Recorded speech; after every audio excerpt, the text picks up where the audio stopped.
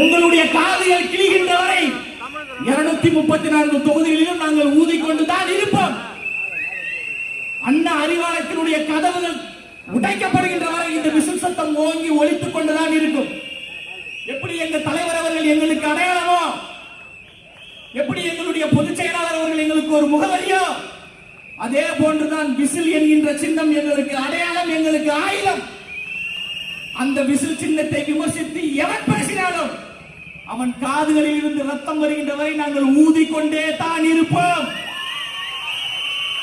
எங்களுடைய சத்தம் என்பது வெற்றிக்கான சத்தம், தமிழ்நாட்டை மீட்பதற்கான சத்தம், தாய்மார்களை மீட்பதற்கான சத்தம், மாணவர்களை மீட்பதற்கான சத்தம், அடுத்த தலைமுறையை பாதுகாக்க வேண்டும் என்பதற்கான சத்தம்.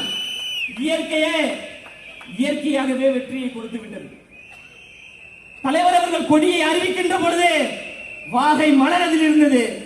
வாகை மலர் போருக்கு செல்கின்ற பொழுது வெற்றி வாகை சூடுவதற்காக மாலையை வாகை மலரை அறிவிப்பார்கள். இன்று இயற்கையாகவே விசில் என்கின்ற சின்னம் வந்துவிட்டது. விசில் என்பது வெற்றியின் கொண்டாட்டம்.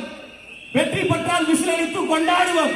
அப்போ இயற்கையாகவே கட்சி ஆரம்பிக்கின்ற முதல் நாளில் வாகை என்ற மலர் வெற்றியை தந்தது. இன்று தேர்தலுக்கு 3 மாதத்தில் விசில் என்கின்ற சின்னமும் வெற்றியை தருகிறது. அதனால தத்துவ ரீதியா பேசுங்க, கொள்கை ரீதியா பேசுங்க. கொள்கையை பேசக்கூடிய திமுகவை பார்த்து நான் கேட்கிறேன்,